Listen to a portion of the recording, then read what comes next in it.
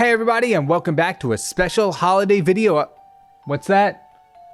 It's Christmas time, not Halloween. Dang it. Hey guys, and welcome back to a totally normal and no way seasonal type of video today where we're going to be turning 3 fast food mascots into horror creatures. And starting off, we have the one and only Ronald McDonald. That is, if you ignore the Ronald McDonald house. But I believe that's also the same Ronald McDonald, so there would still be one.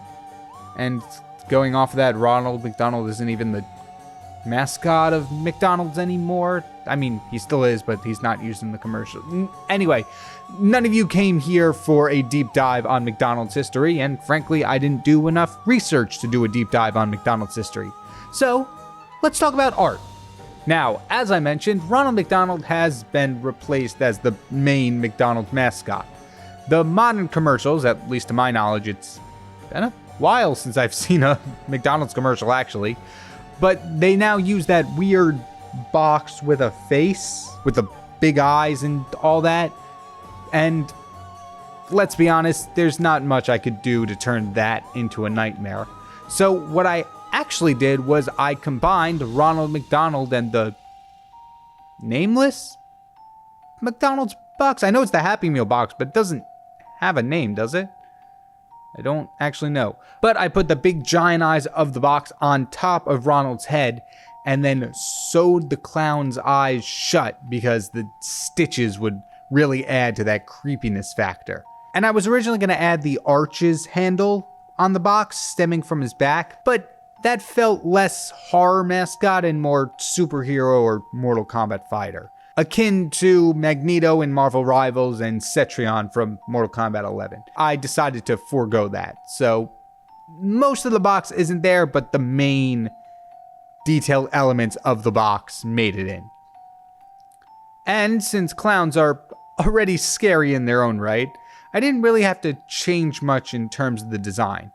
Obviously, I made everything more grotesque and horrifying, but unlike the other two designs in this video, I stuck very closely to the base design of this particular mascot.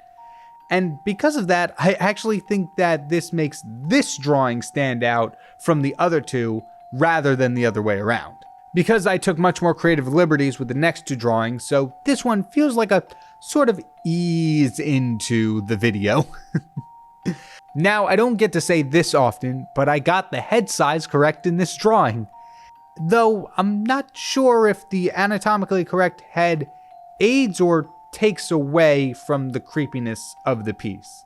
So to keep up with the horror theme, I exaggerated some of the features from the face. The aforementioned sewing the eyes shut, but I also extended the mouth, making it this big, toothy grin that spreads from ear to ear.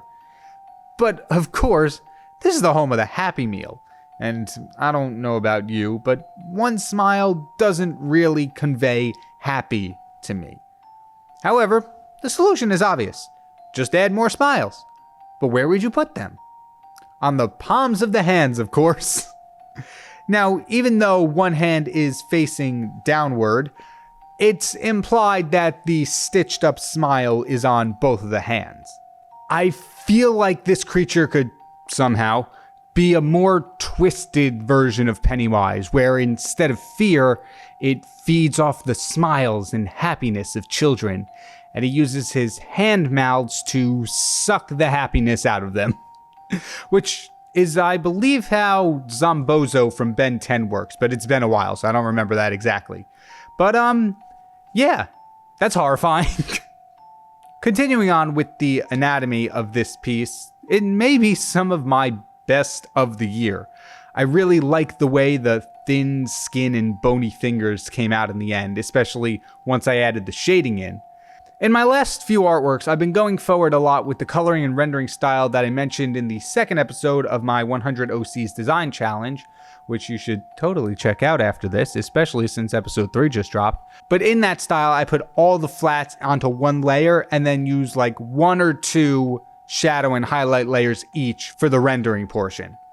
And while I'm sure I'm going to regret bringing this up, I think the character has some of the best rendered toes that I've ever drawn. But here's our final result of Ronald McHorrifying, and I hope y'all are loving it.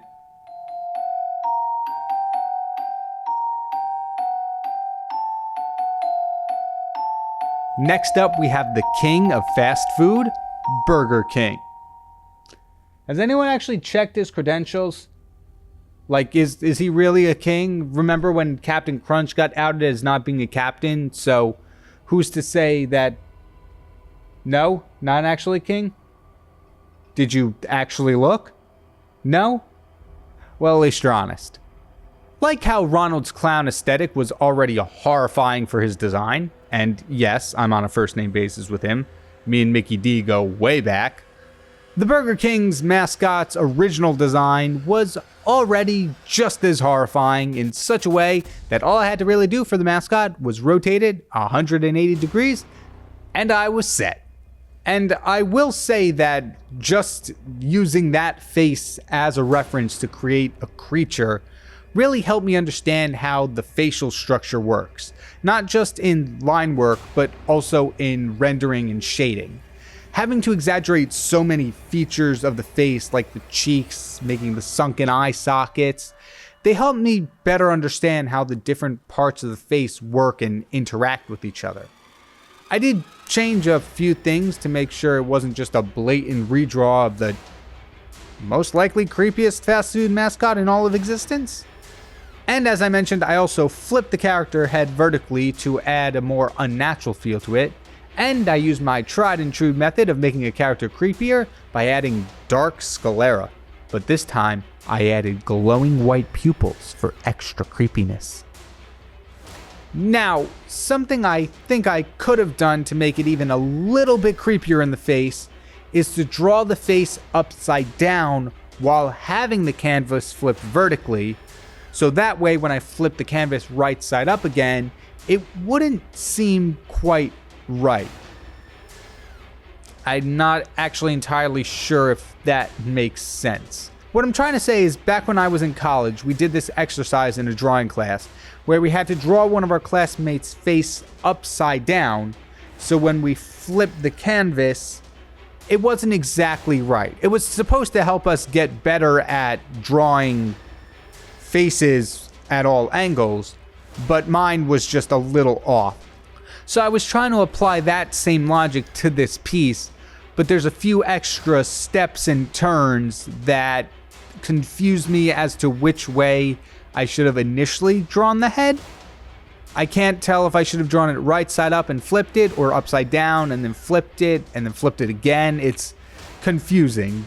In my last couple of drawings, something I've been trying out lately is adding a small amount of undertones or subsurface scattering onto my flats layer. With all three of these pieces, I added an additional layer on top of my flats and lightly brushed in some yellow, purple, and green colors with a soft texture brush.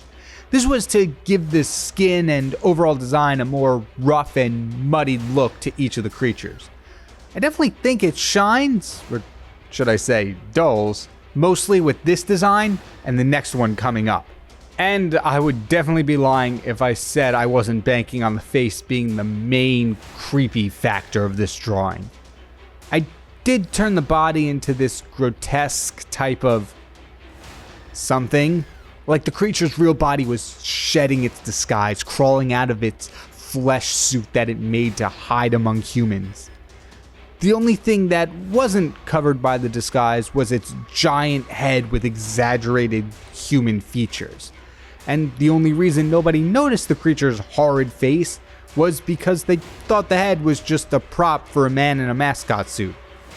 But when the sun sets, this creature prefers to lurk about in its true form and stalk its unsuspecting prey.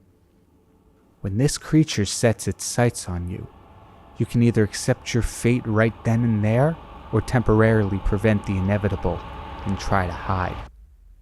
Have it your way.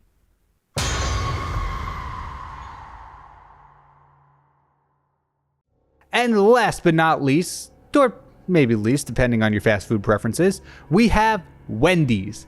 The only one of these I did actual research about before going into the drawing, but we'll get to that.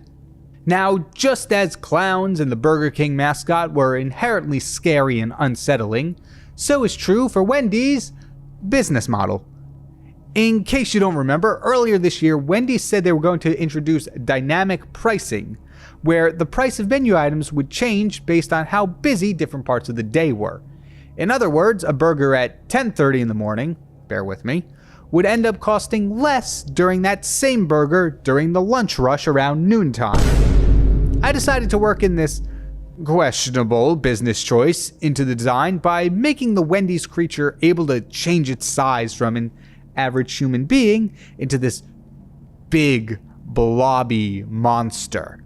It really made this mascot look creepy and terrifying, just like the prospect of dynamic pricing. The other main thing about Wendy's that I wanted to find a way to include was their always fresh, never frozen motto. The obvious choice was to make the creature frozen or cold in some way, and unfortunately, because of that, I had to research pictures of what frostbite looks like. And let me tell you, that is the scariest thing about this episode. It's not pretty. Please don't do that unless absolutely necessary. But once the flattening stage was done, I isolated the skin color and airbrushed in a purple to black gradient on the ends of the hands and feet to show that it was affected by frostbite. However, because I went with an underlit angle for this piece, the frostbite effect I think gets a little lost. So I also went in and added some areas of raw skin where the previous layer would have torn and flaked off. Since we're on the third piece of this video, I'm sure you've noticed by now that for this episode, I've reverted back to my old style of shading, using primarily airbrushes to paint in the highlights and shadows. I felt that my more painterly style would aid in the horror factor of the creatures much more than my current cell shading style would. And I was right. This is probably the creepiest out of the three because I combined the painterly style with the underlighting angle. That being said though, I feel like I could have gone darker and more detailed when it came to the shadows on the arm, using them to really show the folds and creases in the bumps of the skin. Furthermore, unlike Ronnie Boy and Big Ol' BK, Wendy's mascot doesn't have a full body to it. At least not one that I could find, so in addition to the great gray amorphous blob that I've made this mascot, I had to take some creative liberties for the rest of the design, especially in the more human parts of it. For the outfit and the overall facial structure, I took a lot of inspiration from the Clown Cafe girl from Terrifier 2. And while I've never seen any of the Terrifier movies, one of my favorite bands, Ice Nine Kills, made a song based on those movies, and they brought back in Leah Voicey, the original actress of the Clown Cafe girl, to sing the bridge. And in the music video, they have her dressed up in the same costume from the movie, and her face is all burnt and charred, and there's like bile around her mouth. It's the same sort of effect I tried to do with Possessed Aravi from my Monster Prom More Monstrous video, and I really like how it turned out. I also really like the burn patches in the outfit that I went back and finished after the time lapse was done. We have another creature out on the hunt, changing its size to trap its prey and devouring them in one fell swoop. Bodies fresh, never frozen.